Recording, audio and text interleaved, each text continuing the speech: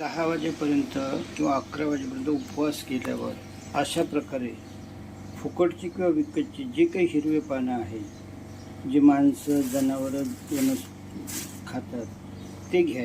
आता या ठिकाणी बघा, पपईचं पान आहे, पेरूचे पान आहे आणि चिंचेचे पानं आहेत आणि काही मी थोडं घरातल्या कोथिंबीरच्या आणि पालक भाजी तोडल्या त्याच्या उरलेल्या काड्या घेणार. त्यामुळे असं 5-6 ग्लास ज्यूस करायचं, दिवसभर पीत राहायचं. हे झालं नाशिकच्या एका साहेबांचं शास्त्र की ज्यूस एकच वेळ नाही, 11 वाजेपासून रात्री 9 वाजेपर्यंत 5-6 वेळा ज्यूस प्या आणि अनुभव घ्या. 15 दिवस रसाहार करा. हे पण त्यांचं टेक्निक आहे. अक्सर खराब होऊ नये म्हणून मी याच्यामध्ये ह्या काड्या काढल्या आणि 2दा हा ज्यूस करणार, अर्धा.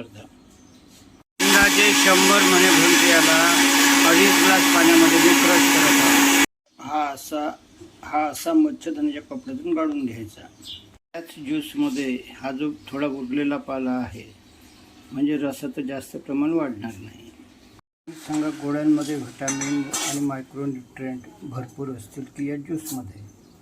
क्लोरोफिलमुळे एक शरीराला नॅचरल अँटीबायोटिक मिळतं. लहान मुलांना 1 ते 2 चमचे, शाळेतल्या पोरांना अर्धा कप, 10वीतल्या पोरांना 1 ग्लास, मोठ्या माणसांना 1 ग्लास असा हा ज्यूस शक्तिवर्धक आहे. मनुष्य कधीच आजारी पडत नाही.